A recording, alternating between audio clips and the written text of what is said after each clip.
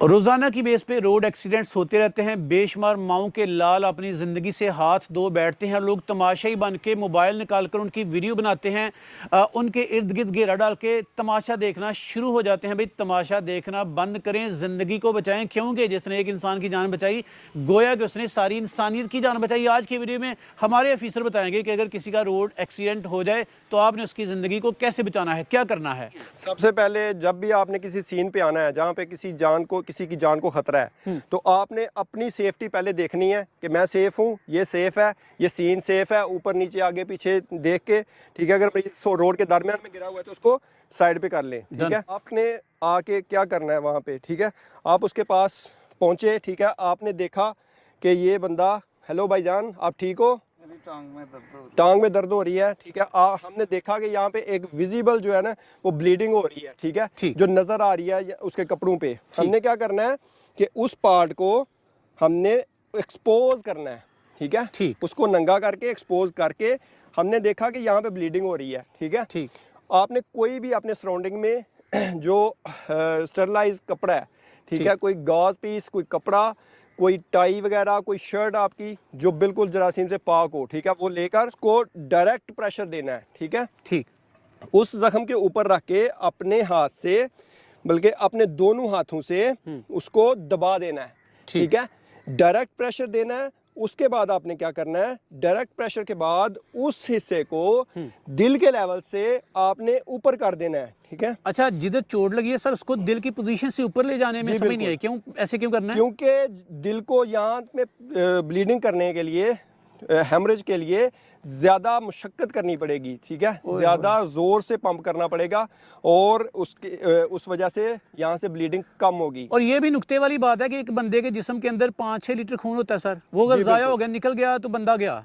Sir, एक adult patient में, एक अडल्ट जो बंदा है उसमें 5 से 6 लीटर जो है ना ऑक्सीजनेटेड ब्लड होता है, ठीक है। उसमें से अगर 1.5 से 2 लीटर खून ज़ाया हो जाए तो उस इंसान की जान को शदीद खतरा लाहिक होता है। और उसके लिए आपने सबसे पहले डायरेक्ट प्रेशर दिया, उसके बाद आपने उसकी लेग को एलिवेट कर दिया, ठीक है, और रेस्क्यू 1122 के आने का इंतज़ार किया, ठीक है। रेस्क्यू 1122 आकर उसको करके हैंडल करके तो वो एम्बुलेंस में ले जाएंगे। सर जी, लोग वीडियो बनाना शुरू कर देते हैं, लोग उसके गिर्द घेरा तंग कर देते हैं, उसे ऑक्सीजन तक मैसर नहीं आती, लोग तमाशा, और एक दूसरे को कहते हैं कॉल कर, कॉल कोई भी नहीं करता, कहता कॉल तुम कॉल करो, तुम कॉल करो, तुम कॉल करो। इट मीन्स कि हर बंदे को कॉल करनी चाहिए, या कम से कम कंफर्म कर लें कि एक बंदे ने 1122 को कॉल की है, और फिर उसके बाद कोई मदद करें जिसने एक इंसान की जान बचाई। दोबारा रिपीट करते हैं, उसने गोया कि सारी इंसानियत की जान बचाई। आप तमाशाई ना बने किसी के लाल की, किसी के दिल के टुकड़े की, किसी की ज़िंदगी बचाएं। अल्लाह ताला आप पे खुश होगा। सर, इट मीन्स कि हमने उसकी ब्लीडिंग को रोक दिया,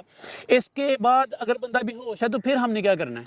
अगर बंदा बेहोश है तो आपने दूसरे बंदे को अपने साथ हेल्प के लिए बुलाना है, ठीक है। ठीक, और उसकी जो है ना देखना है, उसका एयरवे देखना है, ठीक है, कि उसका एयरवे तो नहीं ब्लॉक, ठीक है। एयरवे अगर खुला है, सांस ले रहा है, ठीक है, इस मीन कि उसका दिल जो है ना वो चल रहा है, ठीक है, और उसके फेफड़े काम कर रहे हैं। अगर दिल बंद है तो उससे दोबारा से सीपीआर ही हम करेंगे। अगर दिल बंद है तो फिर आप सीपीआर स्टार्ट कर देंगे, ठीक है। यहाँ पे आप बैंडेज करके तो फिर आप सीपीआर स्टार्ट कर देंगे। मतलब कमाल बात यही है यहाँ पे कि आपने उसकी ब्लीडिंग को बंद करना है सर। बिल्कुल जी, ब्लीडिंग रुक गई तो बंदे के बचने के चांसेस हैं। हाँ जी, ब्लीडिंग अगर जाया हो गई, खून निकल गया, तो बंदे के बचने के चांसेस बड़े कम हैं जी, बिल्कुल। तो इट मींस कि हमने बंदे की जो ब्लीडिंग पोजीशन है उसको किसी कपड़े से ढांप के बंद करना है सर। जी बिल्कुल, डायरेक्ट प्रेशर से, ठीक है, और एलिवेट द लिम्ब को जो है एलिवेट करके तो आपने इस तरीके से उसकी ब्लीडिंग को कम अज कम होने से रोकना है। तो सर, अगर सर में चोट लग जाए तो फिर वहाँ पे थोड़ा सा मसला होता है। टांग तो चलिए हमने बताई पोजीशन, अगर सर की पोजीशन हो तो फिर हम क्या करेंगे? अगर सर में चोट लग जाती है तो सबसे पहले आपने उसके हेड को स्टेबल करना है, ठीक है, ताकि उसको रीढ़ की हड्डी की कोई चोट ना हो, ठीक है, या ज्यादा मजीद इंजरी कोई ना हो सके, ठीक है। अगर ब्लीडिंग हो रही है, अपर ब्लीडिंग है, ठीक है, ऊपर वाली आउटर लेयर पे ब्लीडिंग है, तो उसको आपने इसी तरह डायरेक्ट प्रेशर और बैंडेज के साथ स्टॉप करना है, ठीक है। अगर नाक या कान से, क्योंकि सर की चोट में नाक या कान से ब्लीडिंग आती है, तो उसे रोकना है। उस ना तो कान वाली ब्लीडिंग को रोकना है, ना ही नाक वाली ब्लीडिंग को रोकना है। लोग ब्लीडिंग को रोकना शुरू कर देते हैं। जी बिल्कुल, उन दोनों ब्लीडिंग्स को, नाक और कान की ब्लीडिंग को नहीं रोकना, जबकि एक्सटर्नल जो ब्लीडिंग यहाँ पे हो रही है, ठीक है, उसको आपने इस तरह डायरेक्ट प्रेशर से, ठीक है, या बैंडेज करके उसको रोकना है। यार इतनी सख्त गर्मी में ये बंदा जान बचाने का काम कर रहा है, लोगों को ट्रेन कर रहा है, इस वीडियो को आग की तरह पूरे पाकिस्तान में फैला दें।